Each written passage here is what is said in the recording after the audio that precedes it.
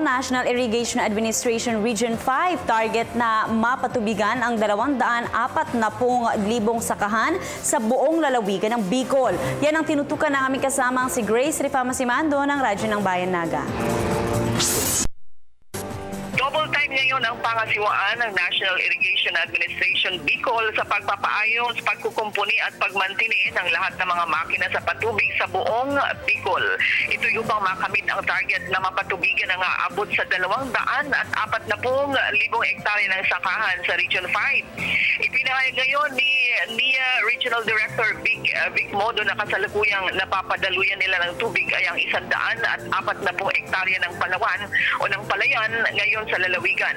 Ang isla ng Masbate na may mahigit sa 20 hektarya ng taniman, ang irrigated pa lang ay halos 6,000 hektarya.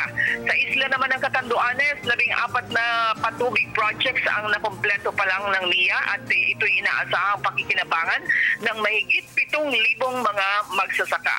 Ang Camarines Sur ay may angking 130,000 lawak ng palayan. Subalit halos 23% pa lang nito ang may maayos na patubig.